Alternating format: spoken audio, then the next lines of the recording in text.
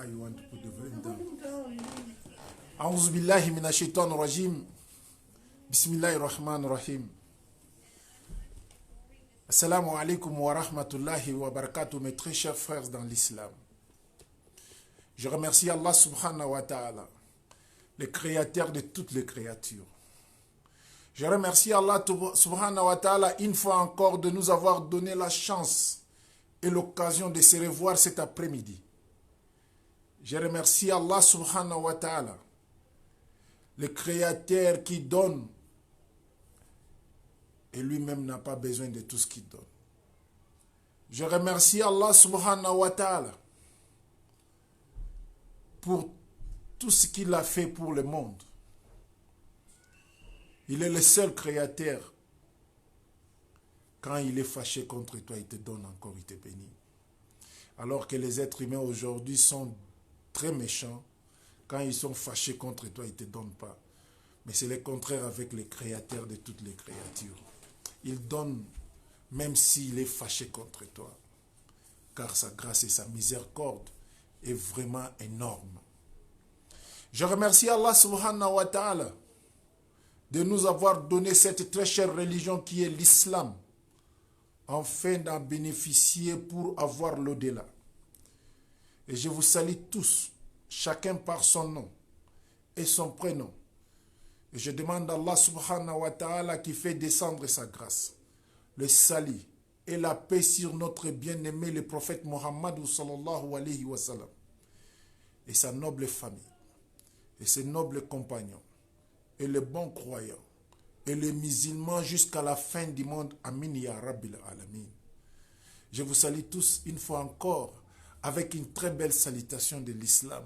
Une salutation auquel, quand tu l'adresses envers ton frère, tu dois le faire avec une très très belle sourire, qui est Assalamu alaikum wa rahmatullahi wa barakatuh, mes très chers frères et sœurs, partout là où vous êtes. Aujourd'hui, je n'ai pas à prêcher les fidèles ou les amis ou les Facebookiens. Mais aujourd'hui, je vais un peu prêcher les savants, les croyants, les oustas, les imams, les grands cheikhs, les grands talibés de l'islam. Aujourd'hui, je suis sur vous. Pourquoi je suis sur vous aujourd'hui? Parce que je dois vous rappeler quelque chose. Afin que vous se retrouvez. Je dois vous faire le rappel, comme Allah subhanahu wa ta'ala nous a dit, faites le rappel, car le rappel est profitable pour le croyant. Ce n'est pas pour vous enseigner, mais pour vous réveiller les consciences, pour vous faire retourner en arrière, afin qu'on nous, les petits chers, les petits fidèles, qu'on soit aussi guidés dans le droit chemin.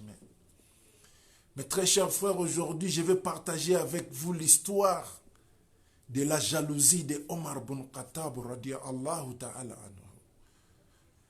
Pas comme la jalousie de notre vie aujourd'hui, quand l'autre gagne, il est mécontent. Quand l'autre il a trouvé la voiture, tu es mécontent. Mais la jalousie des Sahaba, Ikram, c'était basé sur la bonté, sur les actes nobles, sur les actes purs. Aujourd'hui, quand tu vois les cheikhs devant les prédications, dans leur vie quotidienne, dans leur vie sociale, tu penses souvent que ce sont des porte-paroles de Dieu. Quand tu les vois en train de marcher, tu penses même qu'il ne sait même pas toucher la terre.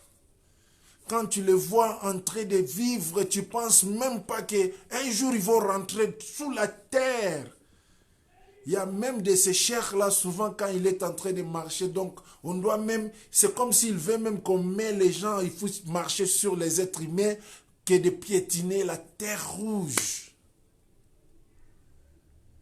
Je vais vous rappeler aujourd'hui que nous, on doit être parmi les meilleurs exemples.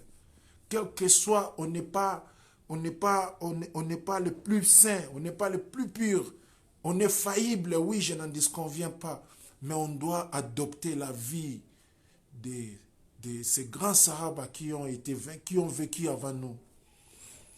Un jour, Sayyidina Abu Bakr radiallahu ta'ala anhu, il avait l'habitude, après la prière de Fajr, et les voici sortaient. Il prenait son cheval, et voici il est parti. Juste après Salam, il part. Et il a fait ça plusieurs fois. Plusieurs fois. Omar ibn Khattab radiallahu ta'ala anhu, il a pu réaliser que Abu Bakr radiallahu ta'ala anhu, après prière, il prend son cheval et puis voilà, il est parti. Et il ne savait pas là où Abu Bakr Siddiq radiallahu ta'ala anhu partait. Et un jour, il a dit, non, ce gars ici, il a quelque chose, il fait de bon, qu'il est en train de cacher. Alors moi, je dois voir ce qu'il fait.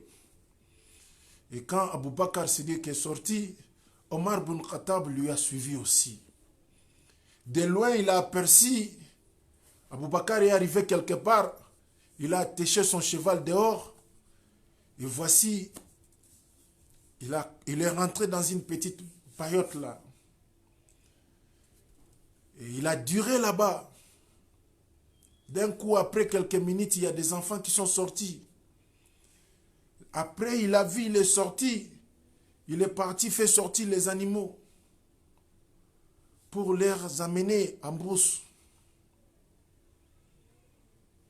Et dès qu'il est sorti, Omar ibn Khattab radiallahu ta'ala anhu aussi, il est rentré dans la même paillote. Et dès qu'il est rentré là-bas, il a trouvé une vieille femme. Une très très vieille femme assise. Et la femme a senti la présence de quelqu'un. Comme elle sait que ce temps ici, il y a quelqu'un qui vient dans sa maison, il n'a pas pu demander. Parce qu'elle savait déjà que peut-être le monsieur qui est revenu. Et Omar ibn Khattab, sans plus tarder, il a demandé à la femme, il a donné le salam à la femme. Et la femme a su que ce n'est pas la même voix avec le monsieur qui parlait le premier. Et il a demandé, est-ce que je peux savoir ce que ce monsieur-là, c'est lui qui rentrait là, qui vient de sortir, qu'est-ce qu'il fait ici? Il dit, Wallahi, moi-même, je ne le connais pas. Mais ce temps ici, cet monsieur, il vient après la prière de Fajr. Il vient, il va chauffer de l'eau pour nous. Il va faire du thé pour nous. Il va laver mes enfants. Il va nettoyer ma maison. Il va préparer pour moi à manger. Il va laver tout ce qui était salité. Et voici après, il va prendre les animaux. Il va les amener en brousse pour leur donner à manger. Et au retour, il vient attacher les animaux. Et il part. Il va revenir que demain matin encore à 5 heures. Excuse me, boss. You have a text message. Allahu Akbar. L'homme, après Rasoul sallallahu alayhi wa sallam, c'était Omar, Abu Bakr Siddiq. Après Rasoul sallallahu alayhi wa sallam, c'était Abu Bakr Siddiq. Et voici l'homme qui est déjà accepté par Allah, qu'il serait parmi les gens qui rentreront au paradis. Mais cet homme s'est réveillé après Fajr Sola pour aller laver la maison d'une pauvre femme aveugle, pour laver ses enfants, pour lui faire le vestiaire, pour lui donner à manger, pour amener ses animaux dans la forêt pour leur donner à manger. Et après, il va rentrer chez lui. Je me pose la question, et je te pose la question, toi, cher oustaz imam, qui est en train de regarder cette vidéo, quelle était la dernière fois que tu as montré ta sympathie, ton amour, ton affection vers cette qui a besoin de nous, qui a vraiment besoin, envie de nous, d'aller préparer pour quelqu'un qui souffre, d'aller voir un malade, lui faire un massage, prier pour lui, le motiver. Allahu Akbar. Si tu te penses que tu es mieux placé que Abu Bakr Siddiq, ça c'est toi. Je ne suis pas là pour critiquer, mais je suis là pour faire des rappels.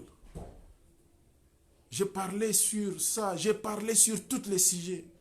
Mais aujourd'hui, j'ai préféré de prêcher mes amis, mes frères, mes oustas, mes imams, mes savants dans l'islam. Où est-ce que vous avez mis votre amour? L'amour que Omar, Abou Bakr, ils avaient envers leurs fidèles. Où est cet amour? Où est cette sympathie? Quand Omar avait vu ça, il a commencé à pleurer. Il a dit, Ya Allah, pourquoi Abou Bakr? Pourquoi à chaque fois Abou Bakr? Pourquoi à chaque fois Abou Bakr?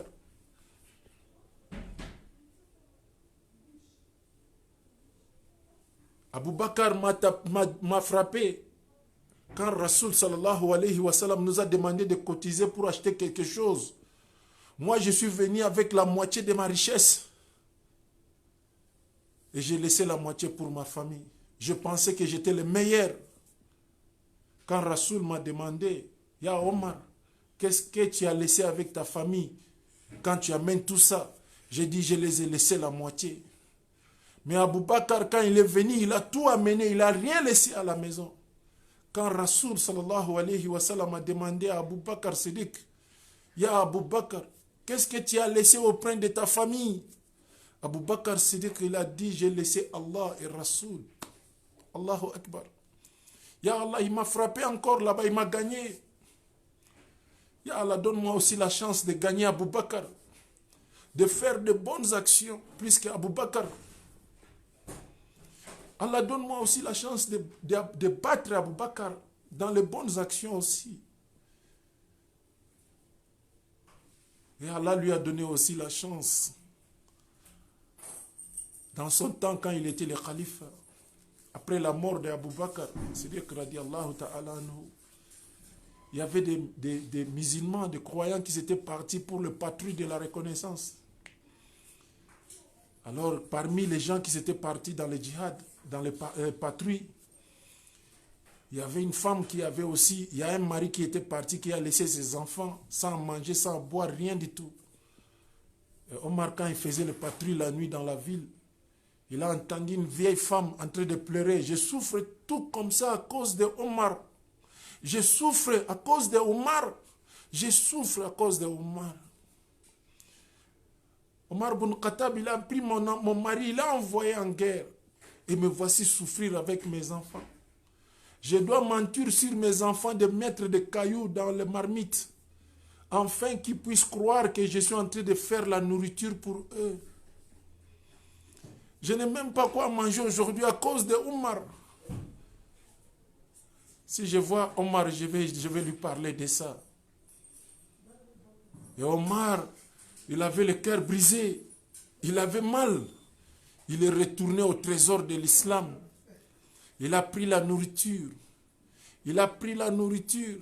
Il a chargé ça dans une grosse sac. Et il a mis ça sur son épaule. Quand il sortait, il y a un sahaba qui sortait avec lui. Abu Zar di Ghifari radiallahu ta'ala anhu lui demandait, Ya Amir Mu'minin, donne-moi, je vais te porter cette fardeau, cette charge qui est lourde, je vais aller t'accompagner. Omar radiallahu ta'ala anhu regarde, le sahaba il lui dit, est-ce que si tu veux porter ça pour moi, est-ce que tu vas aussi porter mon fardeau le jour de Qiyamah?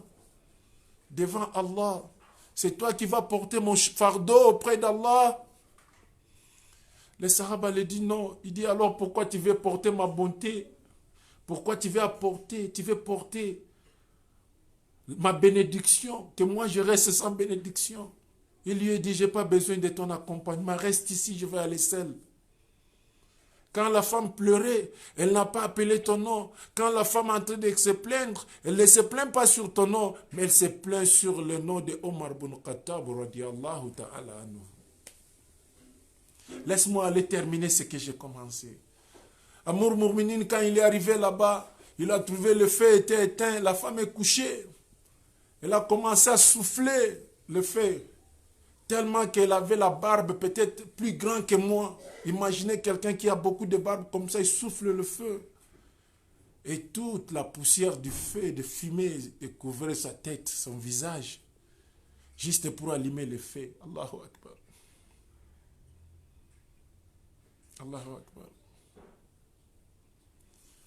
Et il a allumé le feu. Il a préparé pour eux. Il a ramassé ce qu'il faut ramasser. Il a nettoyé ce qu'il faut nettoyer. Il a réveillé la vieille femme pour lui donner à manger, pour lui donner à boire, pour donner aux enfants à manger, jusqu'à tel point que tout le monde était content. Et Amir Mouminin, il était assis devant la porte de leur maison jusqu'à le matin de bonheur avant la prière de Fajr.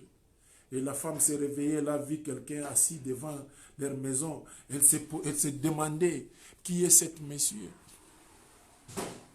Qui est cet monsieur qui a la générosité plus que Omar ibn Khattab? Qui a l'amour et l'affection plus que Omar?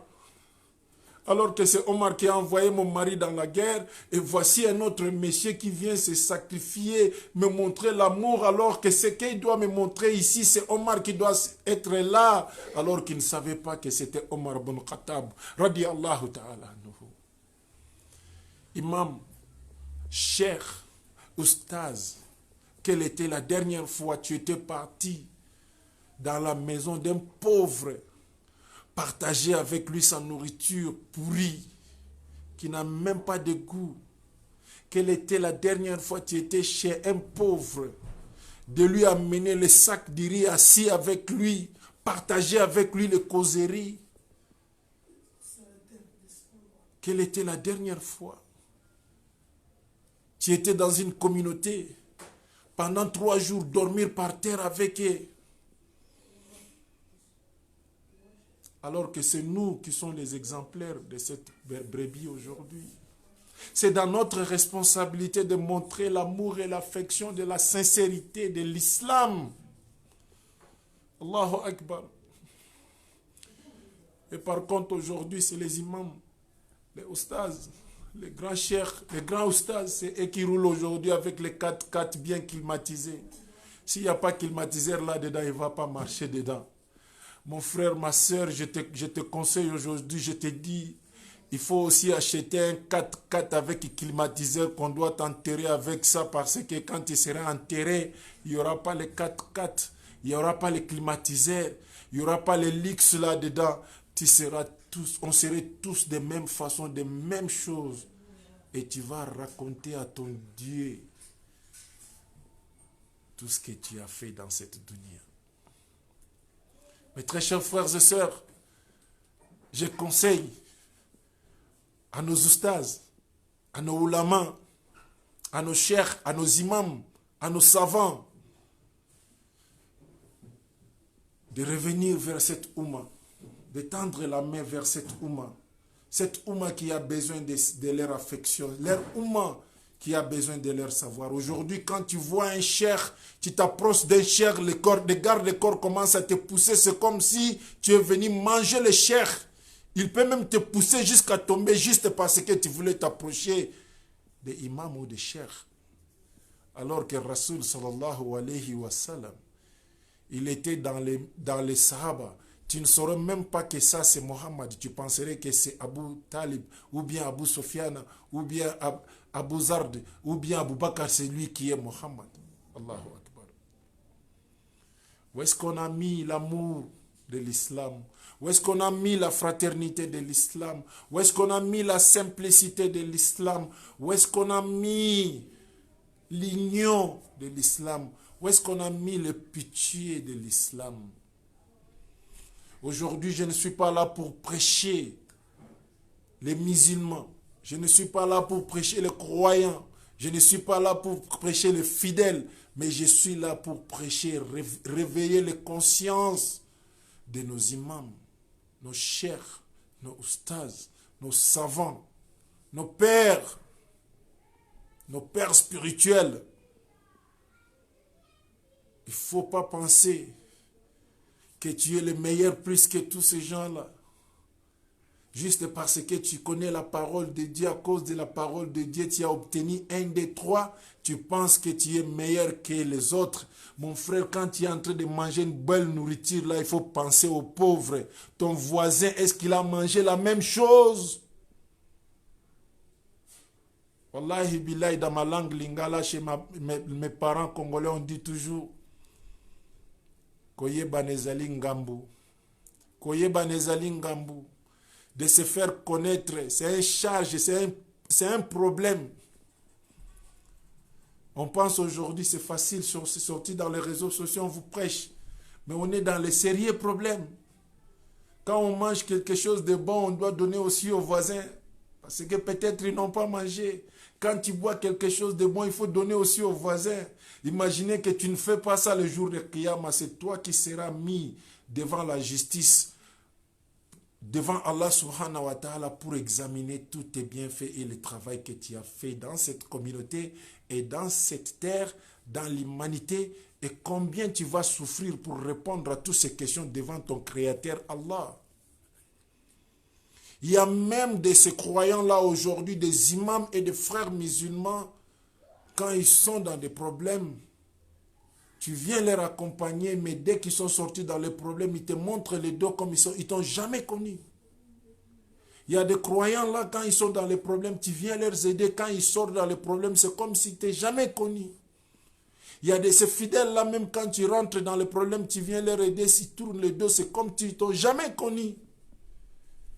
Mais quand tu fais quelque chose pour obtenir le bienfait ou bien le regard des gens, c'est toi seulement qui dois chercher ton salaire.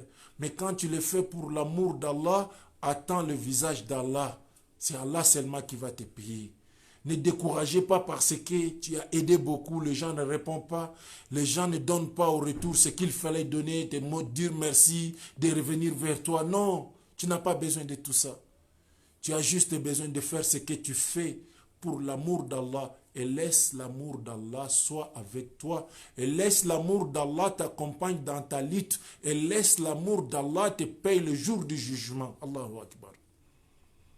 Mes très chers frères et sœurs, je vous aime, et je vous ai toujours aimé, et je vous ai toujours porté dans mon cœur, car à chaque fois, quand je lis quelque chose qui me fait couler des larmes, je pense à vous, et je me dis, directement, si cet verset, si ce hadith m'a fait pleurer, pourquoi pas partager avec mes frères et sœurs, afin qu'ils puissent sentir l'amour ou bien la douleur ou bien le sentiment que je puis trouver dans mon cœur aussi envers mon Créateur ou bien envers mon bien-aimé, le prophète Mohammed sallallahu alayhi wa sallam. Allahu Akbar. Cherchons la crainte. Cherchons la crainte, mes très chers frères et sœurs dans l'islam. Car sans la crainte d'Allah, on ne peut rien faire. Wallahi, on est tous faillibles. Je dis bien Wallahi, on est tous faillibles. Mais le meilleur parmi nous, c'est celui qui reconnaît ses fautes et il retourne vers Allah subhanahu wa ta'ala. Je vous salue tous. Si je vous ai parlé mal, les cheikhs, les oustas, les imams, les savants, pardonnez-moi. Car quand je parle, je sais ce que je parle. Mais je ne sais pas combien ça va affecter l'autre côté. Mais je pense que ce que je dis, c'est vrai. Mais si c'est faux, pardonne-moi. Car mon prédication n'est pas pour but de vous critiquer ou de vous parler le mal, mais c'est pour vous réveiller la conscience. Enfin, qu'on puisse être les gens éveillés vers cette brebis, qu'ils attendent de nous beaucoup de choses, beaucoup des exemples. Si tu avais l'habitude de se faire grand devant tes petites populations, il faut te rabaisser maintenant. Si tu avais l'habitude de te croire que tu es le meilleur dans cette petite communauté, rabaisse-toi. Je vois ça plusieurs fois. Tu vois un cheikh, un imam, quand il passe comme ça, tu penses même qu'il est parti en réunion avec Dieu. Il ne veut même pas s'allier les petits fidèles. Et il oublie que le jour de sa mort, c'est les mêmes petits fidèles-là qui ne voulaient pas toucher. Ce sont eux qui vont l'enterrer. C'est eux qui vont jeter la sable sur lui. Qu'Allah nous guide tous sur le droit chemin. C'était aujourd'hui une prédication pour vous montrer combien les Sahaba, ils avaient la jalousie envers l'un et l'autre pour faire le bien. Mais malheureusement, aujourd'hui, notre jalousie consiste de faire le mal aux autres. Quand il a acheté une voiture, je dois lui éliminer. Quand il a construit une mosquée, avant qu'il termine ça, les gens commencent à prier là-dedans, je dois lui éliminer. Quand il achète une belle maison, je dois lui éliminer. Allahu Akbar. Que Allah nous guide tous sur le droit chemin. Les chrétiens, les non-chrétiens, les autres nous voient, ils savent qu'on s'aime. Mais est-ce que l'amour qu'on devrait vraiment montrer, c'est pas encore là. On doit leur montrer encore plus que ça. Car l'islam, c'est la religion de l'amour. Et quand on salit quelqu'un, déjà, on lui souhaite la bénédiction. Même si tu le connais, tu ne le connais pas, tu dis « Assalamu alaikum wa rahmatullahi wa barakatuh ». Que la paix et le salut d'Allah soient avec toi. Tu le connais ou tu ne le connais pas. Quelle belle salutation. C'est là où j'arrête ma prédication d'aujourd'hui. Avec cette belle salam que j'ai passée, je me suis donné du conseil et je vous ai donné le conseil. Cherchons la crainte d'Allah. Cherchons la crainte d'Allah, car sans la crainte d'Allah, on peut aboutir à rien du tout. Mais avec la crainte d'Allah, on arrivera à notre destination, qui est le paradis, auquel tout le monde rêve de rentrer, mais ce n'est pas tout le monde qui est prêt à se sacrifier pour rentrer dans cette merveille endroit. Et je demande à Allah subhanahu wa ta'ala qui nous guide sur le droit chemin. Et je demande à Allah subhanahu wa ta'ala qui réunit le cœur des savants et les ulamas. Je demande à Allah subhanahu wa ta'ala qui réunit le cœur des imams. Je demande à Allah subhanahu wa ta'ala de réunir le cœur des connaisseurs, des oustas, des cheikhs, des imams. Je demande à Allah subhanahu wa ta'ala de réunir le cœur des fidèles musulmans, des frères et sœurs parmi dans le monde. Quand on se voit, on doit s'aimer automatiquement. Je demande à Allah subhanahu wa ta'ala qui nous éloigne loin contre les mauvais péchés. Je demande à Allah subhanahu wa ta'ala qui donne les hommes et les femmes aux célibataires. Je demande à Allah subhanahu wa ta'ala de donner de bons emplois aux chômeurs. Je demande à Allah subhanahu wa ta'ala de donner la guérison à ceux qui sont malades. Je demande à Allah subhanahu wa ta'ala de donner longue vie à nos parents qui sont encore vivants, afin de nous conseiller, de nous guider dans les droits chemins. Et je demande à Allah subhanahu wa ta'ala de nous donner de bonnes autorités dans nos pays, afin qu'ils puissent nous montrer dans quelle direction on doit marcher pour que le pays soit bien construit. Je demande à Allah subhanahu wa ta'ala de nous donner longue vie et la force à nos militaires, à nos policiers pour veiller sur nous. Car ils ont choisi le travail de veiller sur nous, qu'Allah pense sur eux. Je demande à Allah subhanahu wa ta'ala qui pardonne ceux qui nous ont déjà précédés, qui nous ont déjà avancés, qu'il pardonne leurs péchés, afin de leur accorder le paradis. Et je demande à Allah subhanahu wa ta'ala de nous donner encore la foi, afin qu'on puisse pratiquer cette religion avec la sincérité. Wa akhiru da'wana. Walhamdulillahi rabbil alamin. Assalamu alaikum wa rahmatullahi wa barakatuh. Merci beaucoup, je vous aime. Au revoir. Je salue bien ma sœur.